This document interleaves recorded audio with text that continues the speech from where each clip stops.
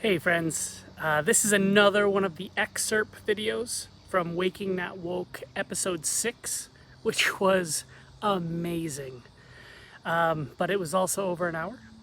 And so I'm creating some bite-sized pieces from that video. Watch a few of them, and I think you're gonna realize that it's gonna be worth it to just sit down for an hour and watch the whole video.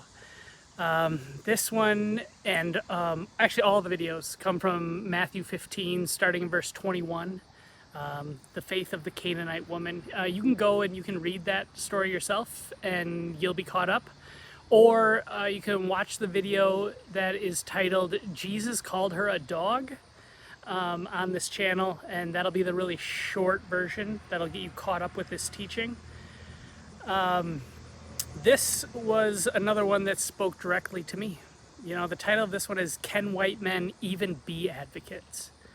And, I struggle. I mean, Brett and I are doing this channel under the belief that we can. But so many times it's done so poorly that it tends to do more harm than good, even when our hearts are in the right place. And so take some time, watch these videos, pray, seek the Lord, and see what's the right place. What can you do? Are there conversations that you need to have, books you need to read, classes you need to take, videos you need to watch?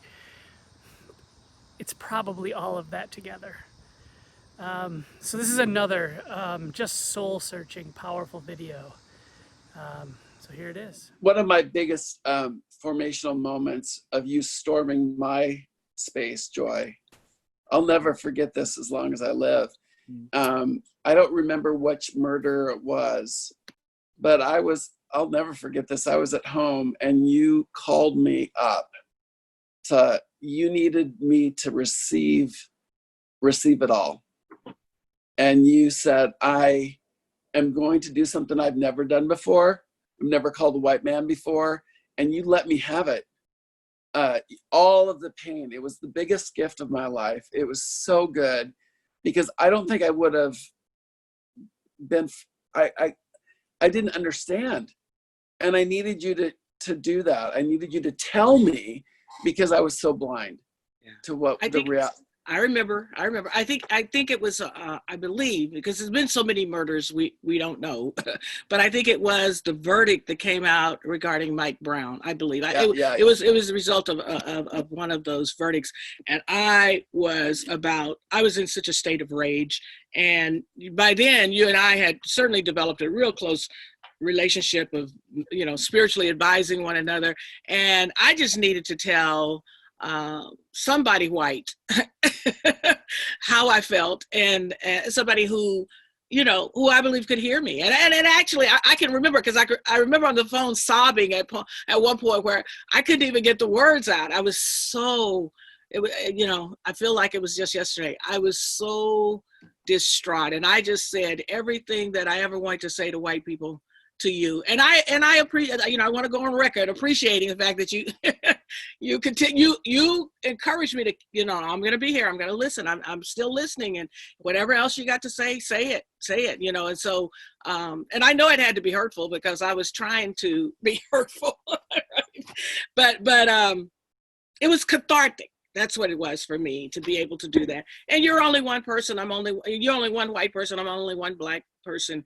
And I'd like to say it to everyone that. But that was part of my growth and healing. Mm-hmm. I needed to be healed, Joy, by you being honest.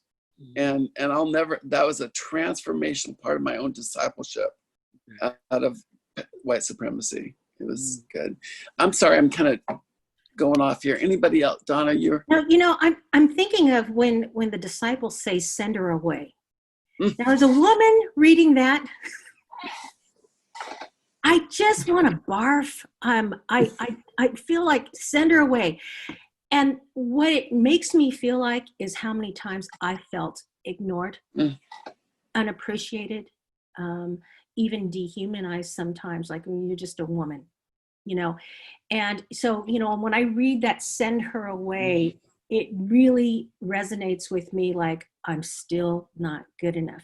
And what I love about this Canaanite woman is that didn't stop her from feeling strong enough to say, but I am good enough, you know? And that's such a teaching moment, I think, for people to understand as far as gender roles, and, you know, to wake up and see that, to hear that, to see how Jesus embraced her, that it was not about laws, it was about love.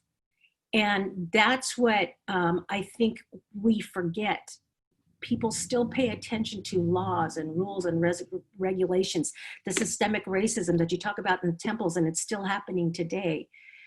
We keep trying to knock on doors. We just want to help. We're not saying that we want to be a man, you know, or we want to be, you know, like a major leader who's a male and we want to be just like you.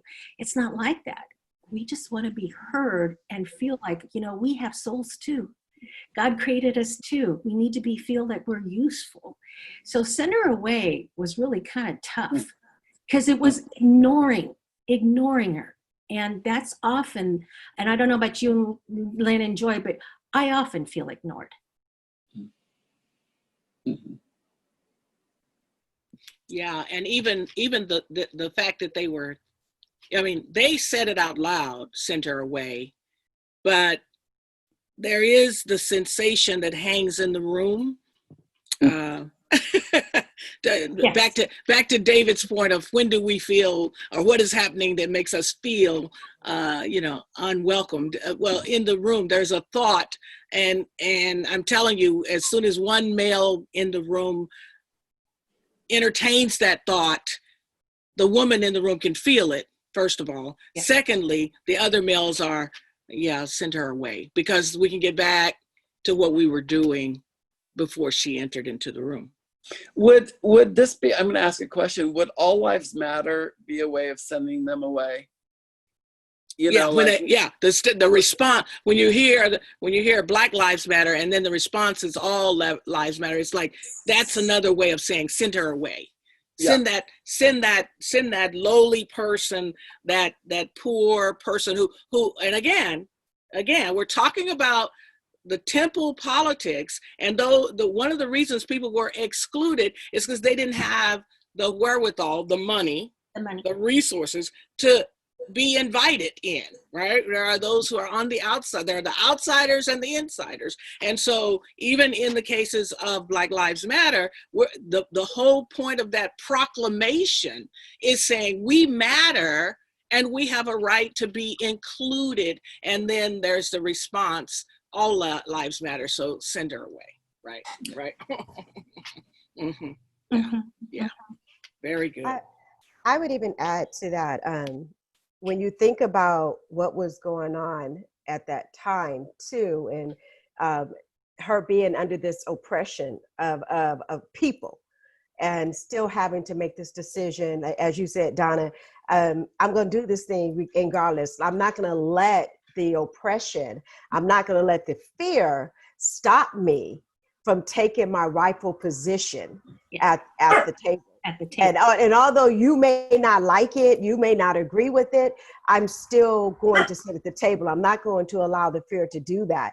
But what I have seen is, even in the quest as a woman of doing that, most people who operate under privilege and power, when it is challenged, it puts them in a position now where they are trying to figure out, how do we now oppress even harder? How do we oppress in such a way that we stop this? Like, it's so that it doesn't go forth. And so when I heard the send her away, that's what came to me was, oh, wow, they're trying to stop her. They're like really trying to keep this woman in a place of oppression, so that she cannot accomplish what God is wanting her to accomplish at this time, which was to show them that I love everybody, and I love everybody equally. And because you have privilege does not mean that she's inferior or superior, but you are all chosen. And I think that's where that really got me when I read that. I was like, oh, okay.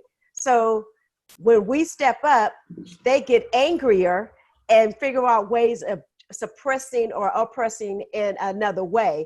Kind of like now with all of the protesting going on. So as they say that they're joining us, but they're not really joining us. They're doing things and then making it seem as though African Americans are doing it, because now it is still a way of oppression. So I'm going to, I can't stop them, but what I can do is bring more oppression towards them. And that's what I felt when I saw this send her away. It was like, oh, okay, so now they're coming with another way of trying to oppress this woman and keep her from moving forward.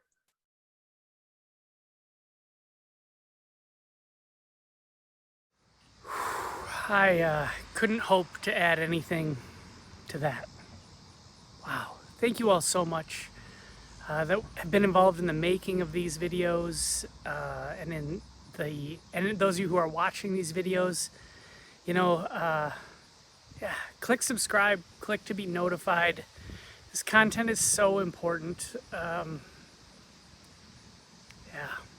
So at the very least, I'll see you all again on Monday for another full-length episode of Waking Not Woke.